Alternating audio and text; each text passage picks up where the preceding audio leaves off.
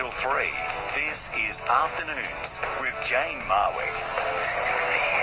Nice to have you along, our talkback caller of the day. 4 tickets to the Winter Track Cycling Grand Prix Sunday, June 30th, venues West Midvale, Speed Dome, plus a copy of the Anna Mears story. If you'd like to contribute to the show, 92211882. A few SMSs coming through and emails. This one from Paul. Hi Jane, do you know if the election will be televised? I heard the tally room is gone, so we won't know how it ends till it ends, from Paul. We're looking into that, Paul. I'd heard that too. And also, Paul the Traveller here. I love Rudd, but have decided to vote Independent or Lib already. Have voted Labor all my life until the last state election. And what's the latest on our Aussie Julian Assange? We'll try and follow up those questions for you that you've SMSed through on 19 999 677. Well, the Sydney Morning Herald was reporting yesterday that the launch of new powers to tackle workplace bullying will be delayed until after the election in a bid to ensure other work-life balance measures pass federal parliament. After a day, this is the Sydney Morning Herald saying, after a day in which both major parties accused each other of insincerity over the problem, the Gillard government flagged plans to defer the Fair Work Commission's new bullying remit and axe unions' right of entry changes. To discuss bullying and the implications of new laws and just what it means to be bullied today, I'm joined by John Caldwell, who is an anti-bullying expert. John, good afternoon. Hi Jane, thanks for having me on the program. And John, before we get into it, I've got to give out some traffic news. The left lane of the Causeway Bridge City-bound is blocked due to a vehicle breakdown. Now John, you have had personal experience when it comes to bullying.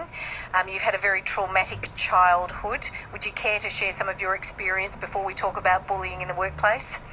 Absolutely, yes. I've actually written a book recently, Full Throttle Book, which really does address my childhood growing up. And I was bullied through all spectrums. So I was bullied in the home, and I was bullied at school, and I was bullied in society. So they're three of the different spectrums, and I managed to cop them all.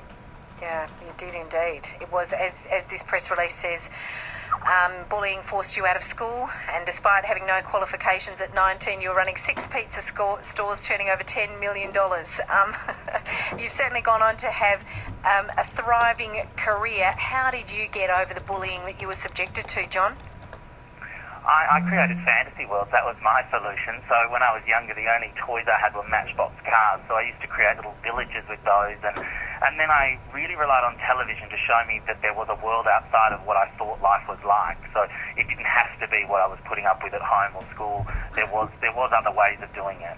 What kinds of bullying do you see in the workplace? Perhaps not so much overt, because I think we can all identify overt bullying, but covert bullying.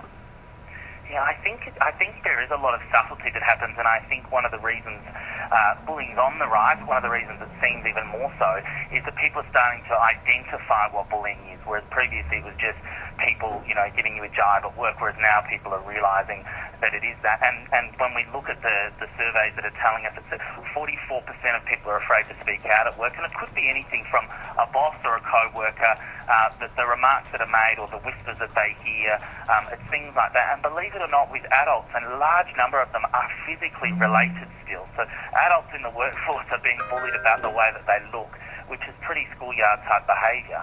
So give me an example of an adult being bullied because of the way they look. I think one of the big cases that was quite public was a lady or a girl called Brodie Panlock. She was only 19 and she worked in a cafe in Victoria.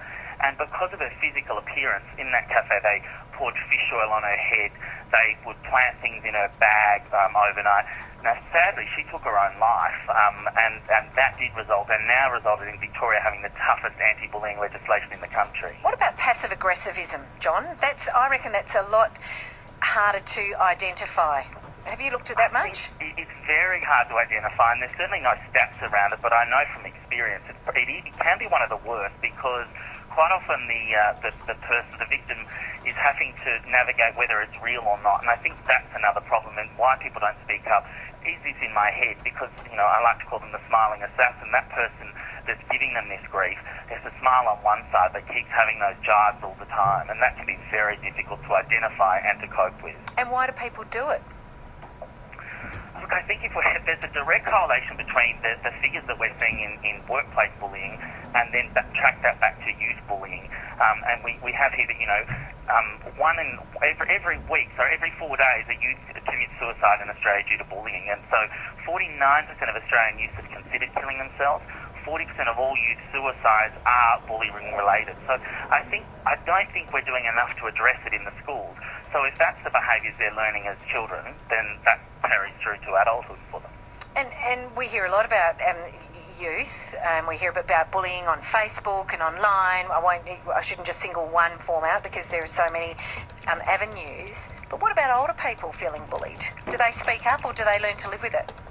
I think they learn to live with it. I definitely think now, and through programs like yours and people giving our charity Angels Gold some airtime to talk about this, I think they are coming out, they're becoming a little more comfortable. I think that's why there was pressure around these new reforms that were being talked about, giving Fair Work having to respond within 14 days to complaints. I do think those sort of things would make a difference. But when we looked recently, we noticed that I think it was still, for every case of workplace bullying that's reported in adults, there are up to 20 cases not reported still. Yeah, I wonder if there's a generation of people who think, oh, look, I've got to fight my own battles, I'm not going to put my hand up. I definitely think there is. And when we talk about the youth side of things, one of the biggest problems that we have is the parents saying, well, it's just kids being kids. Yeah. But when we look at the suicide rate because of this, it's far worse than kids being kids. What role does gossip play in bullying, John? You know, that little clique who sort of have the in-joke and talk about everybody else. I think it's huge, and I think, the other stat I love to throw out there, and it's my own, is 100%. And that's because 100% of the people I talk to are affected by it. Every single person I talk to knows someone who knows someone who knows someone. And whether that's in the schoolyard or in the workplace, that gossip mentality is really what does manifest a lot of it. Do we need legislation, or is this something that individual workplaces should be able to handle themselves? I think both. I think there's certainly some moves from the legislative side, and I think there needs to be more around those. Certainly these proposed measures of dealing with them faster would probably give people more confidence to step forward and make their claim. But I think the entire community has a role to play here, both from schools to parents to general community. I don't think we should put it all onto the government. I think it's a much bigger issue than that. Look, it's really interesting how society's changing, because people will say to you, toughen up, princess, if you say, there's still that attitude around, and I don't want to talk too much about the Adam Goodes issue because people sort of talked about it a lot on the air and made it pretty clear that they were tired of talking about it, but I noticed that you did mention it in your press release. You say it highlights the terrible reach of bullying. What in particular did you note in that? The biggest thing I noted about that was it very quickly changed from being a bullying debate to a racism debate. Yet the source of the problem said that she didn't even realise that she was making a racist remark. So I got a little frustrated as to how it was quickly turned into what I don't think it was. And I don't think it was a racism debate. It was someone who as a child was bullied, didn't defend himself, couldn't defend himself, and has never dealt with those scars. So this just triggered, from his own words, this triggered a childhood memory. And I think that bullying side of it, although we talked about it ad nauseum, the bullying we didn't cover enough. The debate changed in a direction that I don't think it should have. No, that's a really interesting comment that you've made. When we talk about things like people saying, toughen up, princess, when you hear that to me too, that's just another form of bullying, though. Yeah. When you hear that, do you think you really don't understand the pain that person's feeling? When you hear someone say that, if someone is genuinely saying, I'm offended or hurt or feel left out or feel victimised, and someone says, oh, just toughen up, what do you think when you hear that? I think it's a little bit of ignorance, and I think, I've now become a stat rattler, and I love to rattle the stats because I think that's the only way to shock people. So when I say half of the young people in Australia have thought about killing themselves, I mean, that's got to shock people to start to realise, gee, this isn't just a toughen up princess situation, this is a real problem. And unless you've been there, you genuinely cannot understand the pain that it causes someone. And I do talk about in my book, I say, I did go through abuse from foster parents and my father taking his life while I was present when I was 11 years old. None of those things ever made me think, gee, this is too tough. But the school bullying is the only thing that made me at times think, I have to end this, I can't live like this. Will has called through. Well, I'd just like you to see if you can have a listen to what Will's going to talk about. Hello, Will. Hi guys, how you doing? Hi. Yeah, look, we had to leave a suburb because of school bullying. We had a son in a high school. Probably I won't tell you which high school it is. But what happened was the Sword Boys tried to get him to carry a machete in the schoolyard for him, and he said no, but he got beat up on the way home from school. And they started picking on him again. We sort of quizzed him because he knew he was pretty nervous. Told us all about it. We went down and saw the teachers, saw his headmistress and headmaster. They didn't want to know, just did not want to know about it. Police, so we went to the police, went to Cannington Police, didn't want to know about it. They said it's to do with the school, went back to them again. We had the boy's name, we wanted to see his father, they wouldn't give us the information. We found out where the boy's father was, and we went and saw the boy's father, and he was a really nice guy. You know, he's running his little food shop, and I can't do anything with him. I said, well, you know, he's trying to recruit my son to carry a machete. Not good, but nobody really wanted to know, and we tried for 2 to 3 weeks to get information. Nobody would help us.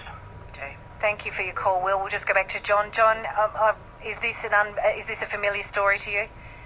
Way too familiar, and I wish I didn't hear it as often as I can.